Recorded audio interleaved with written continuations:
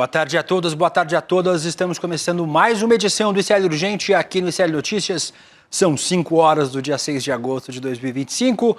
Hoje, obviamente, falaremos sobre o tarifaço de Donald Trump. Entrou em vigor nessa quarta-feira e também o tarifaço do Trump está motivando, além de outras coisas, é claro, uma ocupação ilegal da extrema-direita no Congresso brasileiro. A gente não teve o início do ano legislativo, do semestre legislativo até agora por conta dessa ocupação. Esses e outros motivos ligados aos dois são os nossos assuntos dessa quarta-feira. Fique com a gente até às 5h30 da tarde. E quem já está comigo aqui como todas as tardes é a Laura Couto. Boa tarde, Laura. Boa tarde, William. Boa tarde para você que está nos assistindo pelos canais do Instituto Conhecimento Liberta e Eduardo Moreira no YouTube. E boa tarde para você que está nos ouvindo pela Web Rádio São João, em Quixadá, e pela Rádio Cultural FM no Rio Grande do Sul. Vamos lá, William. Vamos lá, Laura. Vamos começar falando sobre esse assunto, sobre ocupação no Congresso. Parte da extrema-direita continua ocupando o Congresso Nacional. Os parlamentares ontem estavam ocupando os plenários, tanto da Câmara quanto do Senado, e nessa quarta-feira começaram a ocupar outros espaços da Câmara. Vocês estão vendo aqui atrás de mim um bate-boca entre o deputado Lindbergh Farias, do PT, líder do PT na Câmara dos Deputados, e deputados bolsonaristas. Lindbergh foi lá cobrar a saída desses deputados do plenário da Câmara.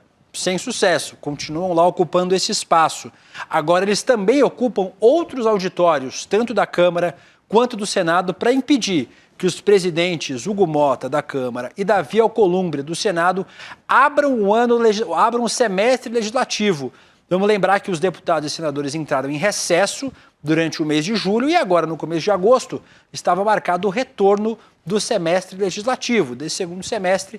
Isso ainda não aconteceu por conta dessa palhaçada promovida, com todo respeito aos palhaços, é claro, promovida pelos deputados da extrema-direita. Não é toda a oposição que participa, são alguns deputados mais radicais do bolsonarismo e senadores que impedem o início dos trabalhos.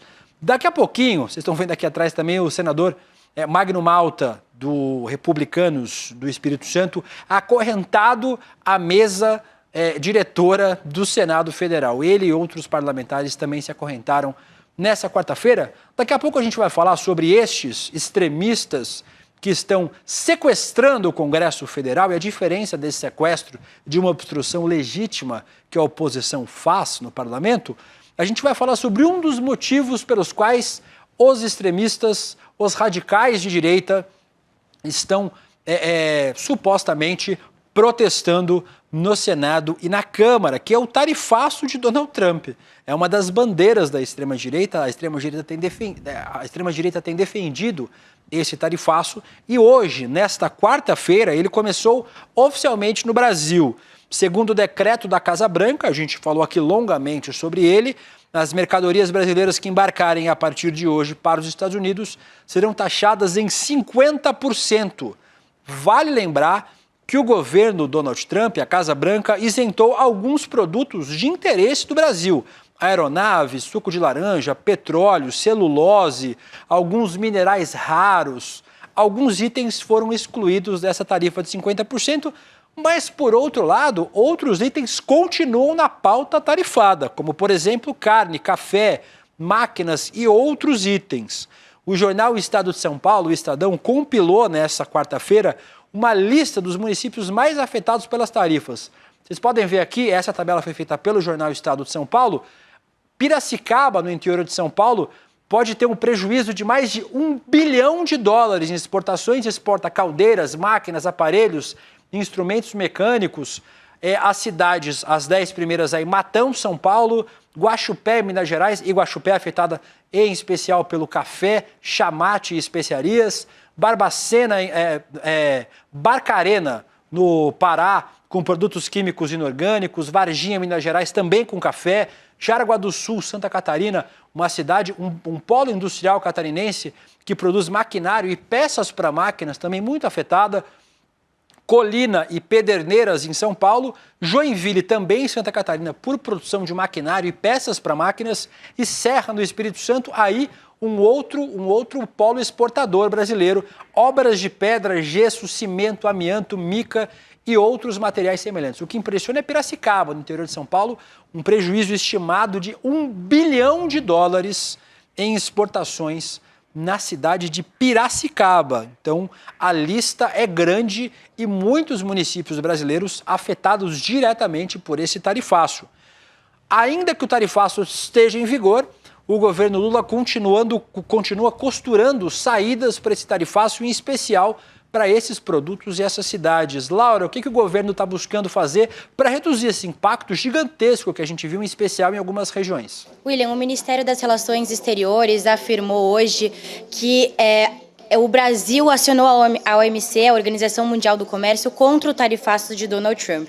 O mecanismo é chamado de pedido de consulta, ou seja, uma etapa preliminar para um eventual painel de solução das controvérsias. E foi entregue hoje, nessa quarta, para a OMC, a sede fica em Genebra, na Suíça. Mas a probabilidade dessa iniciativa ter efeito prático é muito baixa, justamente pela burocracia envolvida. Primeiro, a consulta precisa ser aceita por Washington, algo muito difícil de acontecer, e só depois iria para o órgão de apelação da OMC, que está paralisado desde 2019 por conta do bloqueio estadunidense à nomeação dos juízes. Mas mesmo assim, esse gesto é muito simbólico, né, William?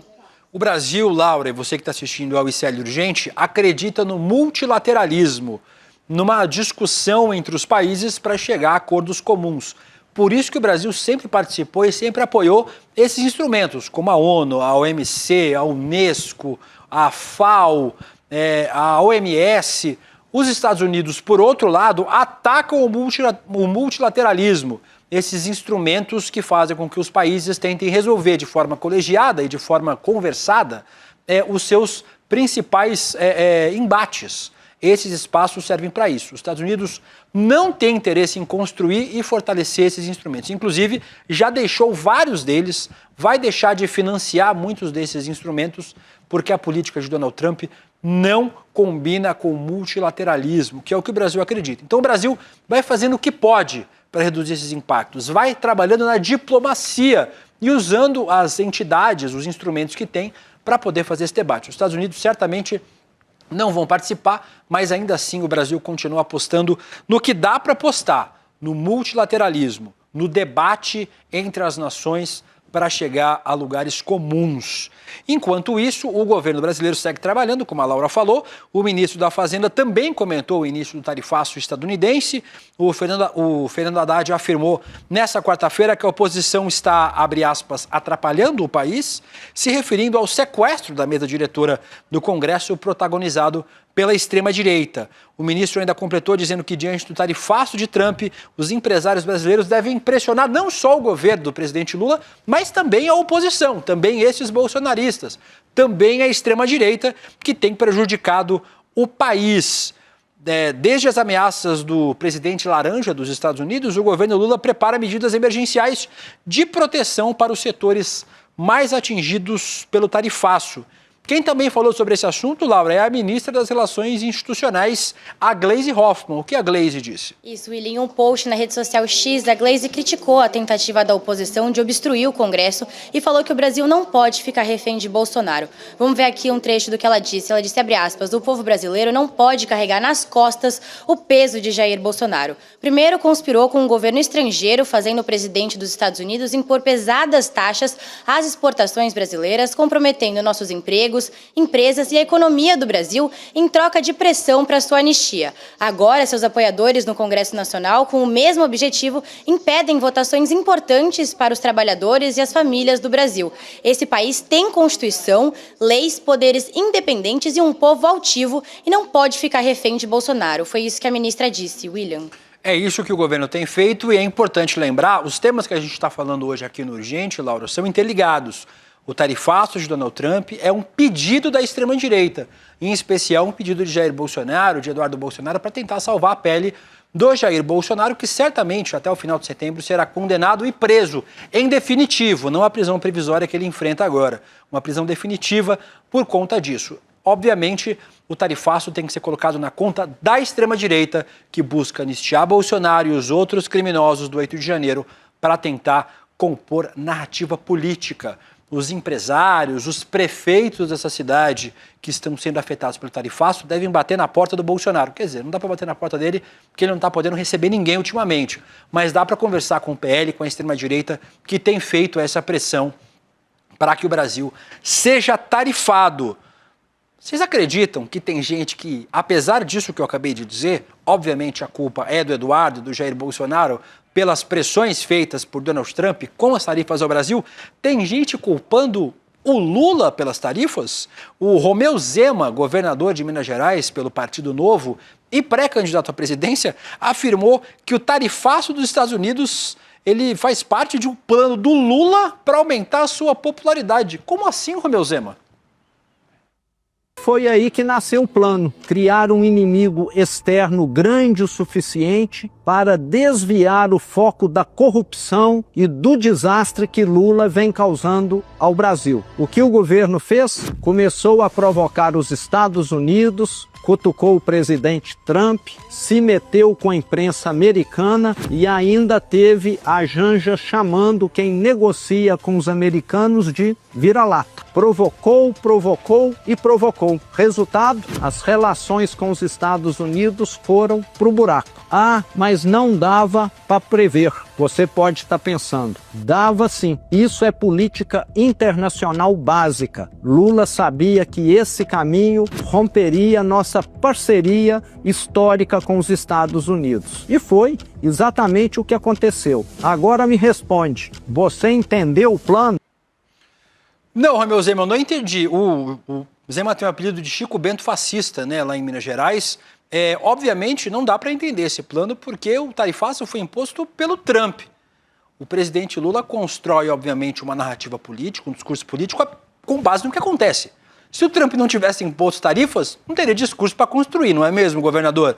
Logo, se houve algum culpado pelas tarifas, pelo tarifaço, é o Donald Trump, é a própria extrema-direita globalmente, inclusive a extrema-direita brasileira. Vamos lembrar que em nenhum outro país recebeu uma cartinha no primeiro parágrafo citando o motivo político pelo qual as tarifas estão sendo aplicadas. Nenhum outro país, nenhuma outra democracia no mundo teve um presidente sancionando em um ato de ofício um ministro da Suprema Corte, por conta de uma perseguição política, por conta de um processo político contra o Brasil. A perseguição não é contra o Bolsonaro, é contra Alexandre de Moraes, contra o presidente Lula e contra o nosso governo. É um ataque à nossa soberania, é um ataque à nossa democracia, Romeu Zema. Não existe plano, porque esse plano seria muito furado. Ainda falando sobre tarifaço e mais uma vez sobre Donald Trump, o Brasil ganhou hoje mais um parceiro de tarifas de 50%, porque a Índia recebeu uma tarifa adicional de 25% em relação às suas exportações, que já era de 25%. Logo, as tarifas indianas chegaram a 50%. A nova ordem executiva da presidência dos Estados Unidos vai entrar em vigor daqui 3 semanas. Vamos ver um trecho da ficha informativa da Casa Branca. Diz a ficha, o presidente constatou que a Índia está atualmente importando petróleo da Federação Russa. Assim, para lidar com a emergência nacional decorrente das ações do governo da Federação Russa contra a Ucrânia, ele está impondo uma tarifa adicional de 25% sobre as importações da Índia a partir de 27 de agosto, devido à importação direta ou indireta de petróleo da Federação Russa pela Índia. Vocês sabem quem também importa petróleo da Rússia? A Turquia que é um aliado estratégico dos Estados Unidos ali na região, né? Nessa ligação entre a Europa e a Ásia, a Turquia também compra petróleo russo, mas a Turquia faz parte da OTAN, a Turquia tem várias bases militares dos Estados Unidos e é um aliado estratégico dos estadunidenses da região, logo não vai ser tarifada pelos Estados Unidos. E mais um país agora, ao lado do Brasil, que recebe um motivo político pelo qual está sendo tarifado. Não tem a ver com comércio, tem a ver com tarifa política, pressão política. E na Índia, a sensação é de traição. Segundo o oficial do governo, ouvido pelo UOL, do governo da Índia, a notícia da tarifa adicional de 25% é frustrante, principalmente pela boa relação entre os dois países ao longo dos anos. Mesmo assim, a Índia diz que seguirá paciente e negociando. E com essa tarifa contra a Índia, o Trump intensifica ainda mais suas tarifas contra os BRICS. Ainda no continente asiático, parece que a China escolheu um aliado nessa guerra tarifária. Quem estará do lado da China, Laura Couto? William, a Embaixada da China em Brasília publicou um vídeo elogiando e muito o café brasileiro. O post vem depois do governo chinês autorizar a habilitação de 183 empresas brasileiras para exportarem café para a China. E um claro aceno ao crescimento do consumo da bebida no mercado asiático. Vamos ver o post para quem está acompanhando por vídeo, eu vou ler aqui para quem está acompanhando por áudio. A China no Brasil e o Brasil na China. Empresas chinesas estão chegando no Brasil de entregas rápidas a bebidas e até sorvetes. E a ponte é de mão dupla. O Brasil também está marcando presença na China com o queridíssimo café brasileiro. Parcerias, acordos e muita troca comercial. Qual dessas marcas você tem curiosidade para inserir no seu dia a dia? Vale lembrar que mesmo com um terço das importações estadunidenses, William, de café vindo do Brasil, o produto, que é altamente dependente do mercado dos Estados Unidos, não entrou na lista de isenções do Trump.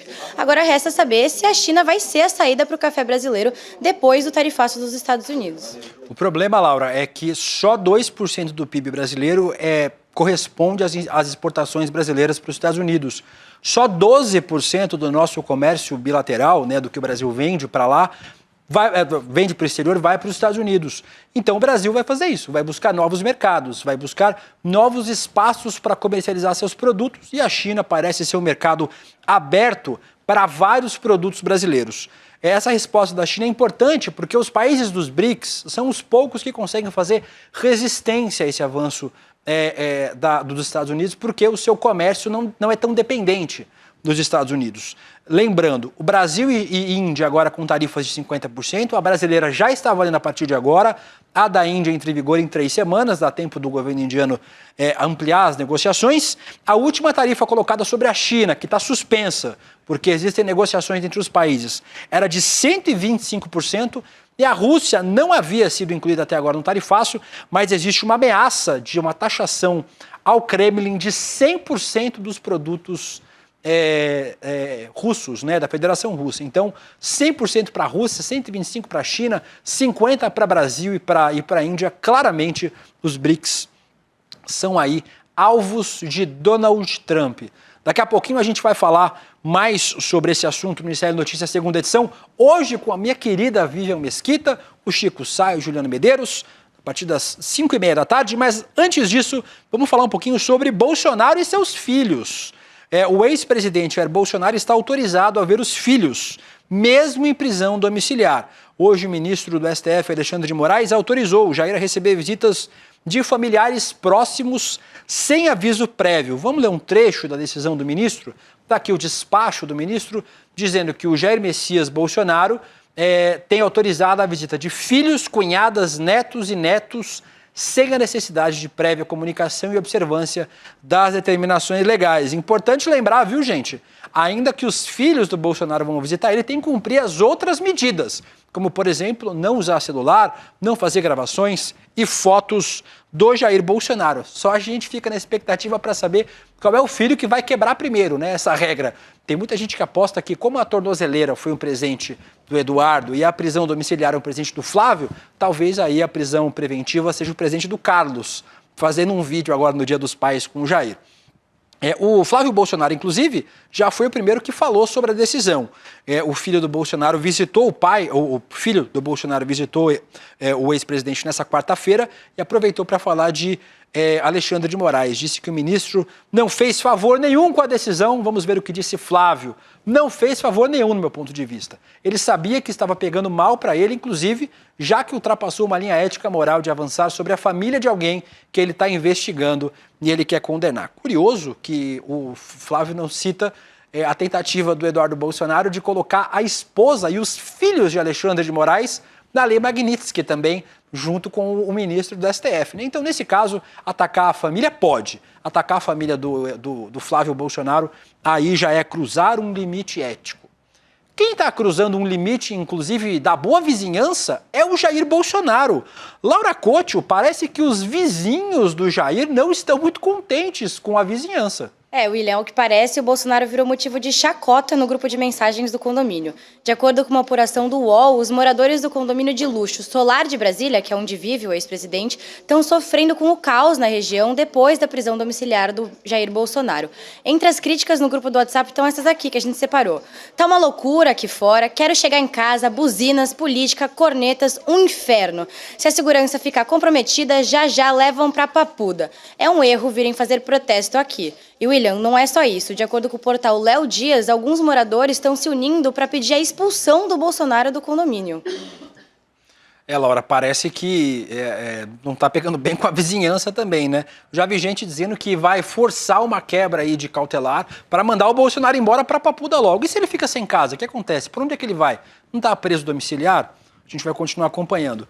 Uma notícia de última hora. Hoje mais cedo eu falei no Rolê CL que o Guga Noblat iria para o Congresso gravar com os deputados e com os senadores que estão fazendo essa ocupação ilegal. Agora há pouco a nossa produção recebeu um vídeo do Guga Noblat, meu companheiro de rolê, repórter aqui do CL Notícias, sendo agredido pelo deputado federal Paulo Bilinski, do PL de São Paulo. Vamos ver o vídeo juntos. Se você faz o que faz em mulher, imagina o que você faria comigo. O que eu faço em mulher? O que eu faço Que em mulher? isso, é sua fama. Fala. Você é violento. Fala. Você é violento. Por que você Eu tá pegando sou no pescoço? violento por quê? Ué, você não tá beijando o tchutchuca agora na você pegando me no pescoço? acha violento? Vai perder a linha mesmo. Por que você me acha violento? Opa. Fala. Por que você falou que eu sou violento com mulher? É sua fama. Fala. Você tá me falando de Smart Que Fit? fama do quê? Tá falando de Smart Fit? Fama do quê? Tá jogando fake news? Fama do quê? Ué, Hein? de ser violento. Hein? Olha Com aqui, quem? ó. Olha como é que você Fala é. o episódio. Tá perdendo a linha por quê? Fala o episódio. É a sua Fala. fama, é um violento. Fala. É uma pessoa violenta. Fala. Tá sendo violento. Fala tá o atacando, episódio. Tá falando de Smart Fala Fit o por quê? episódio. Tá Porque jogando fake você news por quê? é um Você chupeteiro é um do Lula. chupeteiro do Bolsonaro. E é violento mesmo, perdeu a linha. Essa é a tua fama. Curiosamente, o Guga Noblat diz que o deputado Paulo Bilinski é violento. O deputado Paulo Bilinski responde essa frase com violência. A gente viu ali o deputado pegando no pescoço do Guga Noblat, que fez uma pergunta. O deputado que devia ter respondido a pergunta, e se não quisesse responder também, é um direito do deputado, podia ter seguido seu caminho sem responder. O Guga diz que o deputado é violento e claramente o deputado é violento com o Guga, comprovando aquilo que o Guga disse na pergunta. Daqui a pouquinho a gente vai ter uma cobertura completa sobre isso no CL Notícias, segunda edição. Vamos voltar a falar sobre a extrema-direita, não sobre o Paulo Bilinski, dessa vez sobre o Eduardo Bolsonaro. O filho do Jair Bolsonaro, deputado federal, ainda continua recebendo salário nos Estados Unidos. Ele continua atuando pelas sanções contra o Brasil, depois que o pai teve a prisão decretada. Em entrevista à coluna da Bela Megali no Globo, o Dudu disse que só vai sair dos Estados Unidos se conseguir provocar a saída de Alexandre de Moraes do STF. Ele ainda disse que não vai renunciar ao seu mandato e vai enviar um ofício à Câmara se colocando como alvo de perseguições. Ele é perseguido, Laura Couto? Tadinho. Tadinho, William. Eu trouxe aqui 2 trechos dessa entrevista. Vamos colocar a arte na tela. A primeira, o Globo pergunta: o senhor, Eduardo Bolsonaro, chegou a fazer alguma gestão junto ao governo dos Estados Unidos para tentar reverter ou amenizar esse tarifaço? E Eduardo Bolsonaro responde: a gente leva um pouco dessa perspectiva econômica, mas não me sinto na posição de desautorizar o Trump. Dou graças a Deus que ele voltou as suas atenções para o Brasil e acho que tem valido a pena. Depois, o Globo perguntou: o senhor trabalha para que os Estados Unidos aumentem as sanções sobre o Brasil depois da prisão domiciliar de Bolsonaro? E o deputado Eduardo respondeu: trabalho sim nesse sentido. Estou levando a prisão ao conhecimento das autoridades americanas e a gente espera que haja uma reação. Não é da tradição do governo Trump receber essa dobrada de aposta de Alexandre de Moraes e não fazer nada, William. O parceiro do Eduardo Bolsonaro e ele, né, o Paulo Figueiredo, continuam atacando o Brasil. Depois da dupla patriota articular ataques contra ministros da Suprema Corte nos Estados Unidos, eles vão fazer uma tour de ataque, aparentemente. Vão para a Europa pedir sanções contra o ministro Alexandre de Moraes. De acordo com Paulo Figueiredo, a ideia é viajar para a Europa em setembro, com um roteiro que inclui países como Portugal, Espanha, Itália, Bélgica, Polônia, Hungria, para intensificar a pressão internacional contra o STF. A ideia da dupla é pedir sanções semelhantes aplicadas pelos Estados Unidos a Moraes, e o argumento é muito bom. Diz o Paulo Figueiredo que o Mauro Cid está sendo atacado e ele tem cidadania portuguesa. Logo, a Europa também deve sancionar o ministro Alexandre de Moraes porque está atacando um português. Esse é o argumento do Paulo Figueiredo. Enquanto isso, o Eduardo continua atirando para todos os lados. Voltou a atacar os presidentes do Senado, Davi Alcolumbre, e da Câmara, Hugo Mota. o deputado afirmou que Alcolumbre e Mota estão entrando no radar das autoridades americanas por se recusarem a pautar a anistia e o impeachment de Alexandre de Moraes. Importante a gente falar sobre isso, porque a gente volta a falar sobre a ocupação ilegal dos bolsonaristas na Câmara dos Deputados e no Senado. Líderes dos partidos da base do governo discutiram com o presidente da Câmara, Hugo Mota, nessa quarta-feira, a possibilidade de abrir a sessão num plenário alternativo. A ideia seria colocada em prática caso a oposição se recusasse a sair da mesa diretora da Câmara, o que aconteceu, e contaria com o registro de presença e votação remotas. Já já o N2, com a Vivian, o Chico e o Juliano, trazem informações atualizadas sobre isso, e não parece, pelo menos até agora, que o Mota e o Alcolumbre vão ceder. Os dois, inclusive, estão irritados com a ocupação no Congresso por parte desses deputados da extrema-direita. O incômodo só aumentou depois que o Eduardo reforçou as ameaças que a gente falou agora. Segundo interlocutores, os presidentes das duas casas classificaram o ato de ocupação das mesas como uma atitude arbitrária e um desafio à autoridade deles. Enquanto isso, Laura, a palhaçada, com todo respeito aos palhaços, só aumenta. Sim, William, todo respeito aos palhaços, mas isso aqui é um absurdo. Agora a ocupação dos parlamentares da oposição já tomou diversas salas do Congresso e eventos tiveram que ser transferidos para outros lugares, inclusive um evento da Cúpula do Clima da ONU. Além disso, o senador Magno Malta e o deputado Hélio Lopes, dos dois do Partido Liberal, decidiram literalmente se acorrentar na mesa do plenário do Senado. A gente está vendo aí em vídeo. Só para somar os absurdos, ontem o grupo da oposição apresentou uma lista de exigências chamada de Pacote de Paz, pedindo anistia aos vândalos que depredaram a Praça dos Três Poderes no 8 de janeiro. E tudo isso não tem refletido muito bem na imagem dos parlamentares. De acordo com uma pesquisa do Datafolha divulgada ontem, William, a reprovação ao trabalho dos deputados federais e senadores voltou a subir. Hoje, só 18% dos brasileiros consideram o trabalho dos deputados e senadores de bom ou ótimo, e 78% dos entrevistados acreditam que os congressistas só atuam em prol dos seus próprios interesses. Daqui a pouquinho, Laura, o N2 traz mais informações sobre isso. Decisões novas de Moraes tem condenado aí a 17 anos de prisão um dos vândalos do 8 de janeiro. O apoio que Moraes tem dos outros ministros da corte. A gente vai falar sobre tudo isso daqui a pouquinho na nossa segunda edição do ICL Notícias. Hoje, Vivian Mesquita, minha querida Vivi, fazendo a apresentação. Eu aproveito para falar para vocês sobre o nosso canal no WhatsApp. Você sabia que o ICL Notícias tem agora um canal no WhatsApp? Você pode acompanhar as nossas notícias diretamente por lá. Chega de fake news no Zap, agora é sua notícia de verdade. Acesse aí o nosso canal icl.com.br/canal para receber as notícias exclusivas do ICL no seu Zap para você compartilhar com seus amigos, com a família, com os inimigos, com o grupo do futebol, com quem você quiser. Então, aproveite aí para se inscrever no nosso canal icl.com.br/canal. Laura Couto, obrigada pela parceria nesses dias.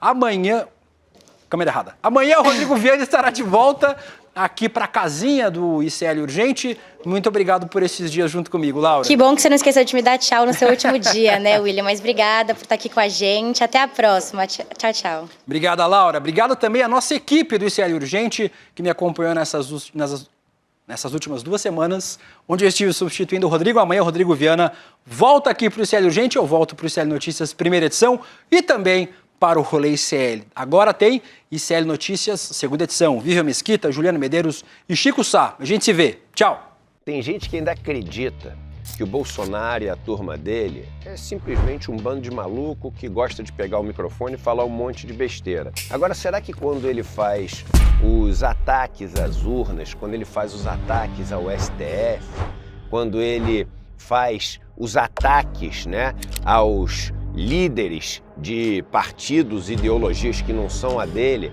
será que isso tudo sai da cabeça dele na hora? Ou será que existe um método? Será que existe um programa para poder minar e, no final das contas, destruir uma democracia? A melhor pessoa do mundo para nos ensinar sobre isso é Daniel Ziblatt. Ele é professor de Harvard e escreveu o best-seller Como as Democracias Morrem, livro que atingiu o primeiro lugar em quase todos os países do mundo democrático. Ele, Daniel Ziblatt, vai dar uma aula com exclusividade para o ICL no dia 28 de agosto. uma chance única da gente poder aprender com um dos maiores intelectuais do mundo de graça. Aprender com um dos melhores professores do mundo, de graça. Com tudo ali fácil para a gente poder entender, não tem outro lugar, é só no ICL. Olá, olá, olê, olê, olê, olá. Eu sou o Lindener Pareto, historiador, e tenho um convite especial para vocês para acompanharem o Provocação Histórica aqui nos canais do Instituto Conhecimento Liberta. Toda quarta-feira, às 7 da noite, logo após o ICL Notícias segunda edição, convidados e convidadas que ajudam a gente a pensar o passado, a criticar o presente e a projetar alternativas de futuro para um Brasil diferente, para um mundo diferente. E se no cotidiano dificílimo do trabalho você perdeu o episódio inédito, não se preocupe, você pode assistir também toda quinta-feira a reprise, logo após o Rolê ICL, ao 12h30. Venha para o Provocação Histórica.